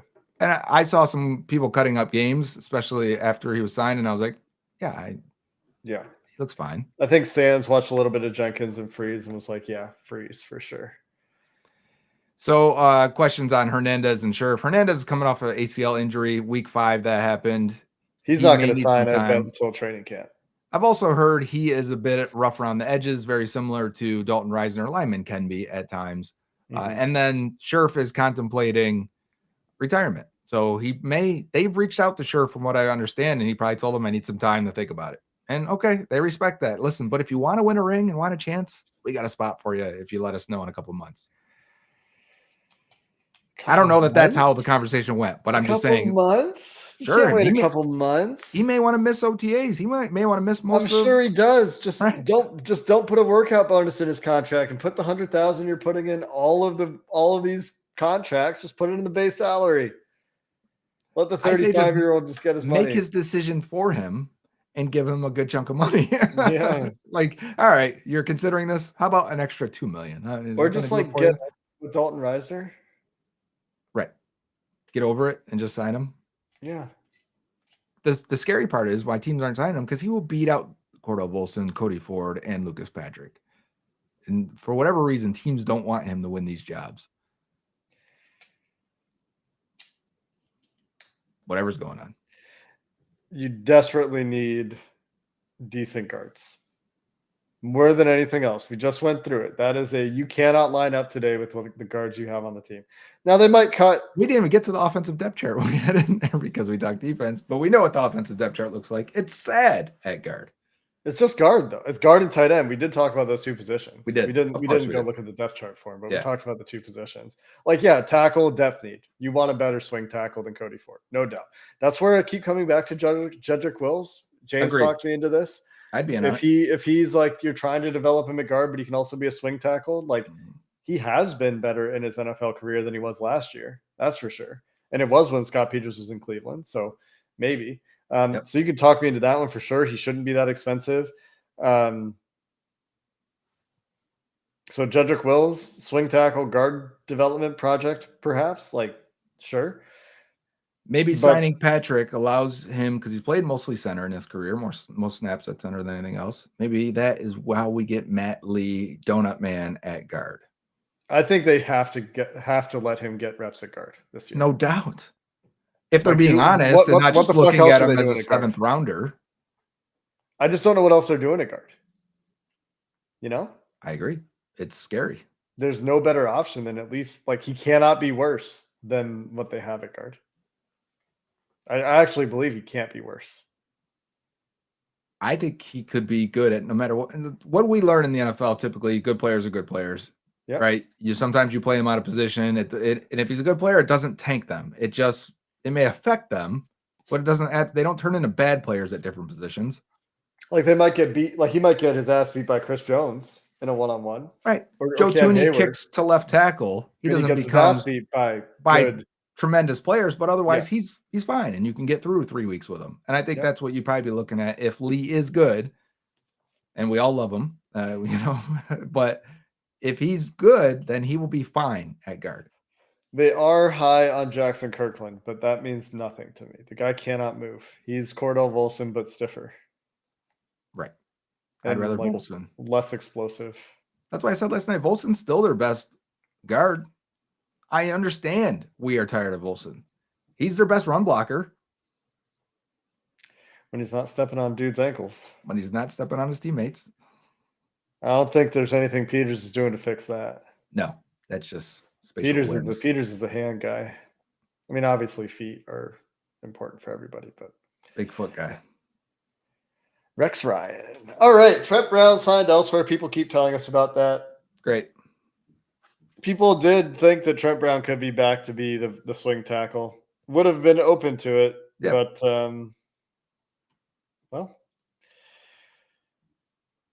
swing tackle, starting guard. Do you think they're going to sign a starting guard before the draft?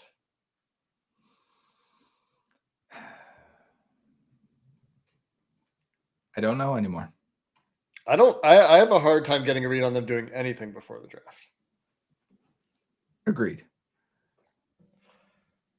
The feeling I get is that, and it may not be unanimous. Like, I felt unanimously that they wanted to get Jamar, and Trey done originally. We didn't even talk about Trey. We'll see where that goes. But I don't get the unanimous feeling that they're getting a guard or another end or another D tackle or another safety or whatever it may be. I'm getting, sure, there's people that would like it, and hopefully, or maybe, or we'll see how it goes. Well, it's a clock ticking. You usually get maybe one more signing from this point on, maybe two. Yep.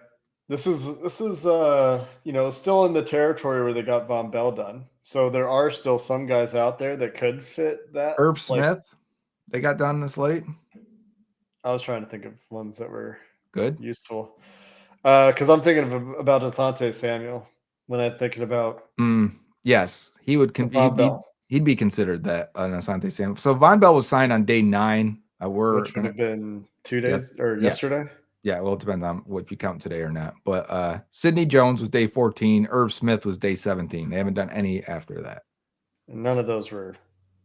Sidney Jones never thought was really anything. Always thought was like a depth. See what you can get, and I'm not against guys like that. Yeah, they can do infinite of those moves, which they should. Yeah. Any chance for a guy like CJ Mosley, I would ask him what he wants. Agreed. For sure. Yeah. If you can take the $5 million from Pratt and give it to CJ Mosley, do it. I don't know. He's coming off an injury. I don't know what he's like health-wise right now. I'm just saying these are the moves, like how you can justify some of the moves that are remaining on the roster. Herniated disc in his neck that ended his season in October. So that's pretty serious. Yeah. We'll have to see where he's even at. He might sit there for a while then. He might not sign with the team until camp. Yeah. But the Bengals cannot afford to wait until camp. They cannot. That's the thing. Teams like the Ravens, you see them signing impact players in camp because they filled their roster already. The Bengals are in a spot where they desperately will need to fill the roster before then. Also, because the Ravens don't just immediately attack needs in the draft. They will draft and let the board go to them and then go, you know what? We didn't get a receiver. We didn't get a left guard. We didn't get a D tackle. And they'll go into free agency in June and say, all right, give me these 3 guys. Mm-hmm. The Bengals will go guard, D end, guard, D tackle, guard, and it's tight end. It'll be like there'll always be one thrown in there, and it's just like, good Lord. And I imagine that comes with like doing a lot of legwork before the draft. Like, hey, Zadarius Smith's agent. Hey, Calais Campbell's his agent. Yeah. What's the ballpark we're going to need to be looking at here after the draft? Right. All right. Let's wrap up there. So Lucas Patrick it is then. We get, as the comments. They're like, yeah, I guess so. I guess it's Lucas Patrick. Yep. Fine. We might see some cuts next week and can pick up some bets that way. That's some high grade copium you got there. That's what I'll say. What about Devin White? Devin Bush? No, Devin Bush was signed. Devin White's still out there. But is he really? Yeah, he's not been good. Isn't it funny how long we spent talking about Bush and White, that draft? And I mean, Bush is all right now. He was all right in Cleveland. Current offseason grades. C.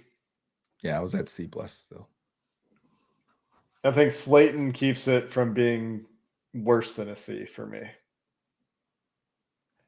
And I'm probably, honestly, everyone's grading scale, we're supposed to have the same type of grading scale when we use letters like this. What did everyone get in school? A C wasn't good enough. You know what I mean? Like, my kids come with a C. I'm like, no. I hear the grading scales these days are like 20 percentage points. Like an A goes all the way down to like 80. Oh, I don't know about that. We just get numbers. We don't get letters. When at least here, I've talked to some teachers lately, and apparently A's go all the way down to 80. And when I was in school, when I was in junior high, my A was 93 to 100. And then when I was in high school, C for Cope. When I was in high school, it went from 90. It went to 90 to 100, and then it was a 10% scale for me the rest of my life. But yeah, I think C. Like getting a nose tackle is like something that should have a tangible positive benefit, but they only have one. The real answer is, are they better? No. From free agency? Well, no, not from free agency. Might they be a better team overall? Sure. But not just because of the draft, but because of the coaching changes and development. And sure, from free agency, are they a better team? Did they improve the team? No. I would say no also. Because you are going to lose something on Mike Hilton. I'm excited for Dax, but you are losing something there. Well, they just kept a bunch of their own guys. Right. It's hard to get better when some guys that you kept got older, like BJ Hill. Like, do we expect him to be as good as he was the last 3 years? Probably not. Not fair to expect that. If they had signed James Daniels, for example, Would it be a B? If they had signed James Daniels B and minus. Because he's coming off injury. It'd still be a battle situation in camp, I think. I was looking for solidified starters. Yeah, So that I who don't would have to that have go been? into That the would have been like draft. if they had signed Kevin Zeitler. Right. Or if they get a deal done with Scherf. Right. If they get a deal done with Scherf, you feel way better about guard. No doubt. But it's only one of the two guards. If they extend Trey, right? Because even though the team's not better, but now at least I know he's here and happy, and your pass rush for this year is better or maintaining, hopefully. I think the Trey thing could get ugly. I do think that the Bengals would be inclined to take it there, but Lucas Patrick just signed. All right, Perfect. there you go. 2.1 million, reported by our guy John Sheeran. Oh, John getting a report? Yeah, I knew it would be John too. Good job, John. Let's go, John. John Sheeran. Attaboy, John. Someone give me there we go. There's a good tweet. That's what I'm looking for. Or not a tweet, a good message here. There we go. We should have in case people are trying to scroll to when we talk about it. We can go another few minutes here and talk about Patrick now that it has Sources happened. tell A to Z Sports that Cincinnati is signing Lucas Patrick to a 1-year, $2.1 million deal. He was in town Thursday night and agreed to terms on Friday. He had other offers from the Saints, where he played last year, and Seattle Seahawks, who have been active in the guard market. Yeah. He lives in Portland in the offseason area, which is why Seattle was an attractive option, according to John's reporting here.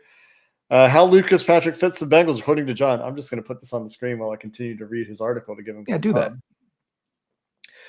And we should put a link in the chat. We'll put a link in the chat here for the people. Give John a click, boys. Will you do that? Everybody go click on John's article. I'll click it right now, too. Everyone give John a click. Lucas Patrick gives the Bengals another interior lineman with starting experience. Cody Ford and Cordell Volson have ample experience with the Bengals offense and would have each had to start if the Bengals had a game tomorrow. Patrick adds another option into the mix. He's well-versed at all three interior positions, which my editorial note here is something that the Bengals lacked. They did not have a versatile interior backup. Having a guy that can back up all three positions, if that's what he ends up being, is valuable. He's immediately the most versatile interior offensive lineman the Bengals have, writes John. Patrick joining the mix also puts a guy like Volson on the hot seat. If it is a three-way battle and Volson does not emerge at the starter, his $3.8 million cap hit would be an expensive amount to stash on the bench. And this is how I see it as well. My editorial note, Patrick may just replace Volson on the roster when all is said and done. Mm. Are the Bengals done at guard and free agency? The Bengals still have more salary cap space to spend before they reach their typical offseason limit. Based on what we think is happening with T. Higgins' contract, we think that freed up an additional $6 million in cap space, and we think that Jamar Chase's deal will free up another potentially $8 million in cap space. John's on it. I said John's on it. Yeah. Well, I'm saying that. Okay. You're emphasizing the thing, huh? Yeah. With Patrick, the number drops about $1 million due to the top 51 offsetting rule. So when they add Patrick to the roster for $2.1 million, that kicks off a $980,000 contract. So the net cap hit for Lucas Patrick is about $1 million, $1.1 million. So not a whole lot of money. In short, there's still room for the Bengals to make another move here without going up against their standard ceiling, which is just below $20 million in space. The question will be whether or not Patrick is in line to start out of the gate. His contract does not scream guaranteed starter, as he'll be earning a smaller salary than Cody Ford, who, in my opinion, is getting paid because they see him as a backup tackle, in addition to a backup interior offensive lineman. When you compare that to a deal like James Hudson's deal with the New York Giants, Cody Ford starts to look like a bargain. And I agree with both those points right there. Like I said this yesterday, based on, I think the Bengals view him as a backup. People said, why? And I said, because of the money he was expected to get. Same with Cody Ford. When you make these signings, look at the cash. How much you can pretty much tell typically if they see a guy as a starter or a backup. And with these type of deals, those are backup money. Those are backup contracts. Definitely not a starting contract. All right. We talked about Lucas Patrick. Yeah. I would like to go to the gym. Yep. You go to the gym. You get that workout on. Come back swole. Take some pictures for the people. I got a shoulder thing, so Okay. it's kind of Do your calisthenics then. some rehab stuff, some leg stuff, some core stuff, but pressing movements are off limits right now. All right. Yeah, we'll have to see. I think the last thing I'll say is we'll have to see what the Jamar Chase deal actually ends up looking like. I think that contract still is not filed, so we still don't have a super clear picture on it. We're also waiting to see for sure how things look um, with T. Higgins' contract and those roster bonuses. We talked about that at the very beginning. And if you're looking for the whole stream, it will be up on YouTube. This one much shorter than the ones we've done in the past. 8,000 viewers. Yeah, I think that Twitter lies. I think that the Twitter number is cumulative. Yeah. It doesn't tell you how many people are currently watching. I don't care. Twitter loves right? Twitter loves to inflate numbers to make itself look more important. I hope it's not. I don't think it's a torn labrum. I think it's Wyatt, your hat's coming. I think it's a comment. Smaller issue. Yeah, I see that there. All right, guys. Thanks everybody for watching. We're gonna end the stream.